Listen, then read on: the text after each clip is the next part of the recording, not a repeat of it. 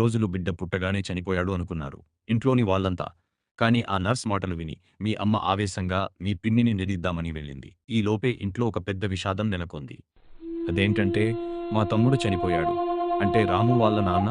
నేను ఆ సమయానికి ఊర్లో లేను. మన ఊర్లో నా చదువుకు తగ్గ పనులు లేక నగరంలో ఉండి నెలకి ఒకసారి వస్తూ ఉండేవాడిని. ఇంక అలా ఆవేశంగా ఇంటికి వెళ్ళిన మీ అమ్మ అక్కడ చెల్లి భర్త చనిపోవడం, అందరూ ఏడవడం చూసి విషాదానికి గురి అయింది. మీ నానమ్మ తాతయ్య చాలా దుఃఖంలో మునిగిపోయారు. నెమ్మదిగా పిన్ని దగ్గరకు వెళ్లి కూర్చుంది. ఎలా జరిగింది అని అడిగింది. గుండెలో నొప్పి అన్నాడు. మందులు తెచ్చేలోపు పైనుంచి కింద పడి ఉన్నాడు అని చెప్పింది. అమ్మకి పిన్ని మాటలు నమ్మాలనిపించలేదు. ఎందుకంటే పిన్ని మొహంలో భర్త చనిపోయాడన్న బాధ ఎక్కడా కనపడలేదు.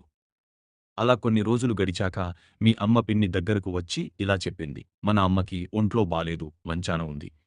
నేను వెళదామంటే నాకు చంటి పిల్లోడు ఉన్నాడు కదా. నువ్వు అమ్మ వాళ్ళ ఇంటికి వెళ్ళు కొన్ని రోజులు. ఎందుకంటే ఈ మధ్య బిడ్డ చనిపోయాడు. ఇప్పుడు భర్త కూడా లేడు. ఇక్కడే ఉంటే ఇవన్నీ ఆలోచిస్తూ బాధపడతావు. అక్కడ అమ్మకి తోడుగా ఉండు. కొంచెం తేలిక పడతావు అని చెప్పి పంపించింది. పిన్ని సరే అని బయలుదేరింది. పిన్ని వెళ్ళిన తర్వాత మీ అమ్మ వెంటనే మా అమ్మ నాన్న దగ్గరకు వెళ్ళి అసలు ఆ రోజు ఏం జరిగిందో తెలుసుకుందాం అని వెళ్ళింది. కానీ వాళ్ళు ఇంట్లో కనిపించలేదు. ఎక్కడికి వెళ్లారు అని ఆరా తీయగా వాళ్ళు పొలానికి వెళ్లారు అని తెలిసింది. సరే అని పొలానికి నిన్ను తీసుకుని బయలుదేరిన మీ అమ్మకి పొలంలో మీ నానమ్మ తాతయ్య చెట్టు దగ్గర పడి ఉండటం చూసింది. అత్తయ్య, మావయ్య లేవండి ఏమైంది అని లేపింది. కాని అక్కడ ఎవరూ ఉండరు. కొంచెం దూరంలో పురుగుల మందు సీసా చూసి మీ అమ్మ ఆశ్చర్యపోయింది. అటుగా వచ్చిన ఒక అతని సహాయంతో వైద్యశాలకు తీసుకెళ్ళింది. వైద్యులు వాళ్ళు చనిపోయారు అని చెప్పడంతో విషాదానికి గురి అయింది. ఈ విషయం నాకు తెలిసి వెంటనే బయలుదేరి వచ్చాను. మా అమ్మ నాన్నను ఆ స్థితిలో చూసి తట్టుకోలేకపోయాను. చిన్న కొడుకు చనిపోవడం తట్టుకోలేక ఆ పని చేశారేమో అనుకున్నాను. ఆ విషయం తెలుసుకొని మీ పిన్ని కూడా అక్కడికి వచ్చింది. ఇంకా చేయాల్సిన కార్యక్రమాలు చేసి మీ అమ్మను నాతో తీసుకెళ్దామని, మీ అమ్మని నాతో వచ్చేసేయ్ అని అడిగాను. కానీ మీ అమ్మ ఒప్పుకోలేదు. నేను ఇప్పుడు మీతో వచ్చేస్తే పాపం మా చెల్లి ఒక్కటే ఉంటుంది. దానికి ఏదో ఒక తోడు చూసి వచ్చేస్తాను అని చెప్పింది. అప్పటి వరకు నేను ఇక్కడే ఉంటాను అని చెప్పి నేను అక్కడే ఉన్నాను. ఆ తర్వాత రోజు నేను నా స్నేహితుడిని కలుద్దామని నిన్ను తీసుకొని బయటకి వెళ్ళాను.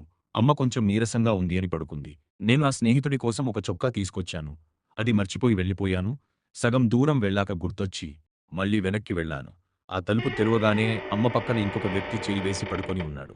అలా అమ్మను చూసి తట్టుకోలేక అమ్మను గట్టిగా పిలిచాను. ఈలోపు వాడు అటునుంచి దూకేశాడు. అమ్మ లేచి ఏమీ తెలియనట్టు ఎవరు అండి, ఏమైంది అని అడిగింది. కోపం వచ్చి అమ్మను కొట్టాను.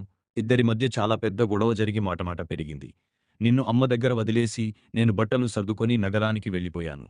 అలా వెళ్ళిన నేను మళ్ళీ ఇప్పటి వరకు మీ అమ్మతో మాట్లాడటానికి ధైర్యం చేయలేదు. ఆ రోజు ఏదో ఒక పని మీద మీ అమ్మమ్మ వాళ్ళ ఇంటికి వెళ్ళింది. మొన్న చెల్లి వచ్చింది కదమ్మా, ఏమయినా మాట్లాడిందా? ఈ మధ్యలో చెల్లి ఎప్పుడు రాలేదమ్మా. లేదమ్మా, నేను మొన్న పంపించాను నీ దగ్గరికి. అవునా, మరి రాలేదమ్మా ఇక్కడికి. సరే, నువ్వు వీడ్ని చూసుకో, నేను ఇప్పుడే వస్తా. నాకు ఎందుకో చెల్లి ఏదో తప్పు చేస్తున్నట్టు అనిపిస్తుంది. వెంటనే ఇంటికి వెళ్ళాలి.